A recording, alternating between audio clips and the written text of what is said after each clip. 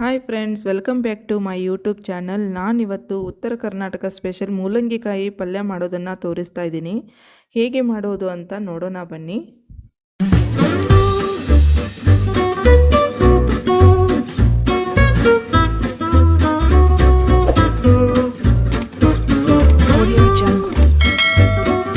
ಇವಾಗ ಮೂಲಂಗಿಕಾಯಿನ ತೊಗೊಂಡಿದ್ದೀನಿ. ನಾನು ಈ ಥರ ಚಿಕ್ಕ ಚಿಕ್ಕದಾಗಿ ಕಟ್ ಮಾಡಿಕೊಂಡು ವಾಶ್ ಮಾಡ್ಕೊಂಡು ಇಟ್ಟುಕೊಂಡಿದ್ದೆ ಮುಂಚೆನೇ ನಾನು.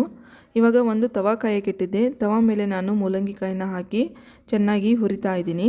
ನೋಡಿ, ಈ ಥರ ಚೆನ್ನಾಗಿ ಹುರ್ಕೊಂಡ್ಬಿಟ್ಟು ಆಮೇಲೆ ಸ್ವಲ್ಪ ಎಣ್ಣೆ ಹಾಕಿ ಮತ್ತೆ ನಾನು ಹುರಿತಾ ಇದ್ದೀನಿ. ನೋಡಿ, ನಿಮಗೆ ಸ್ಟಾರ್ಟಿಂಗಲ್ಲಿ ಬೇಕಂದರೆ ನೀವು ಸ್ಟಾರ್ಟಿಂಗಲ್ಲಿ ಎಣ್ಣೆ ಹಾಕ್ಬೋದು. ನಾನು ಇವಾಗ ಮಧ್ಯದಲ್ಲಿ ಹಾಕ್ತಾಯಿದ್ದೀನಿ.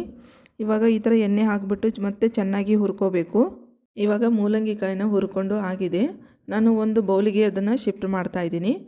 ಒಂದು ಬೌಲಿಗೆ ಶಿಫ್ಟ್ ಆದಮೇಲೆ ನಾನು ಒಂದು ಬಾಣಲೆಯನ್ನು ಕಾಯಿಸೋಕ್ಕೆ ಇಟ್ಟಿದ್ದೀನಿ. ಅದಕ್ಕೆ ಒಗ್ಗರಣೆಗೆ ಎಣ್ಣೆ, ಸಾಸಿವೆ ಜೀರಿಗೆಯನ್ನು ಹಾಕ್ತಾಯಿದ್ದೀನಿ. ಸಾಸಿವೆ ಜೀರಿಗೆ ಹಾಕಿ ಆದಮೇಲೆ ನಾನು ಈರುಳ್ಳಿಯನ್ನು ಹಾಕ್ತಾಯಿದ್ದೀನಿ. ಈರುಳ್ಳಿ ಹಾಕಿಬಿಟ್ಟು ಮತ್ತೆ ಚೆನ್ನಾಗಿ ಫ್ರೈ ಮಾಡ್ತಾಯಿದ್ದೀನಿ. ಈರುಳ್ಳಿ ಸ್ವಲ್ಪ ಗೋಲ್ಡನ್ ಕಲರ್ ಬರೋವರೆಗೂ ಫ್ರೈ ಮಾಡಿ ಇವಾಗ ಟರ್ಮರಿಕ್ ಪೌಡ್ರನ್ನು ಹಾಕ್ತಾಯಿದ್ದೀನಿ. ನೆನೆಸಿಟ್ಟುಕೊಂಡಿರುವಂಥ ನಾನು ಚೆನ್ನಾಗಿ ಬೇಳೆನ ಹಾಕ್ತಾಯಿದ್ದೀನಿ. ನಿಮಗೆ ಯಾವ ಬೇಳೆ ಬೇಕು ಆ ಬೇಳೆನ ಹಾಕ್ಕೊಳ್ಳಿ. ತೊಗರಿಬೇಳೆ ಬೇಕಂದರೆ ತೊಗರಿಬೇಳೆ ಹಾಕಿ, ಇಲ್ಲಾಂದರೆ ಕಡಲೆಬೇಳೆ ಬೇಕಂದರೆ ಕಡಲೆಬೇಳೆ ಹಾಕ್ಬೋದು. ಇವಾಗ ಸ್ವಲ್ಪ ನೀರು ಹಾಕಿ ನಾನು ಒಂದು 5 ನಿಮಿಷ ಮುಚ್ಚಿ ಕುದಿಸ್ತಾ ಇದ್ದೀನಿ. ನೋಡಿ, ಇವಾಗ ಬೇಳೆ ಕುದ್ದಿದೆನಾ ಇಲ್ವಾ ಅಂತ ಈ ಥರ ಚೆಕ್ ಮಾಡಿ. ಬೇಳೆ ಕುದ್ದಿದೆ ನೋಡಿ, ಇವಾಗ ಬೇಳೆ ಕುದ್ದಿದೆ. ನಾನು ಇವಾಗ ರುಚಿಗೆ ತಕ್ಕಷ್ಟು ಉಪ್ಪು ಮತ್ತು ಅಚ್ಚ ಖಾರದ ಪೌಡ್ರನ್ನು ಹಾಕ್ತಾಯಿದ್ದೀನಿ. ಹಾಕಿಬಿಟ್ಟು ಮತ್ತೆ ಚೆನ್ನಾಗಿ ನಾನು ಮಿಕ್ಸ್ ಮಾಡ್ತಾಯಿದ್ದೀನಿ. ಮಿಕ್ಸ್ ಆದಮೇಲೆ ನಾನು ಇವಾಗ ಮೂಲಂಗಿಯನ್ನು ಹುರಿದಿಟ್ಕೊಂಡಿರುವಂಥ ಮೂಲಂಗಿಕಾಯಿಯನ್ನು ನಾನು ಮತ್ತೆ ಅದರಲ್ಲಿ ಹಾಕ್ತಾಯಿದ್ದೀನಿ. ಮೂಲಂಗಿಕಾಯಿಯನ್ನು ಹಾಕಿದ ಮೇಲೆ ಮತ್ತೆ ಈ ಥರ ಚೆನ್ನಾಗಿ ಮಿಕ್ಸ್ ಮಾಡಿ. ಚೆನ್ನಾಗಿ ಮಿಕ್ಸ್ ಆದಮೇಲೆ ಸ್ವಲ್ಪ ನೀರನ್ನು ಹಾಕಿ ಒಂದು 2 ನಿಮಿಷ ಮತ್ತೆ ನಾನು ಮುಚ್ಚಳ ಮುಚ್ಚಿ ಬೇಯಿಸೋಕ್ಕೆ ಇಡ್ತಾಯಿದ್ದೀನಿ. 2ರಿಂದ 3 ನಿಮಿಷ ಹಾಗೆ ಮುಚ್ಚಿಡಿ.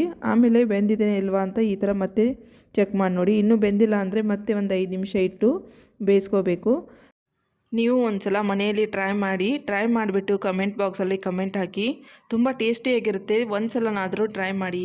ನೋಡಿ, ಇವಾಗ ಮೂಲಂಗಿಕಾಯಿ ಪಲ್ಯ ರೆಡಿಯಾಗಿದೆ. ಸರ್ವ್ ಮಾಡ್ತಾಯಿದ್ದೀನಿ. Thank you for watching.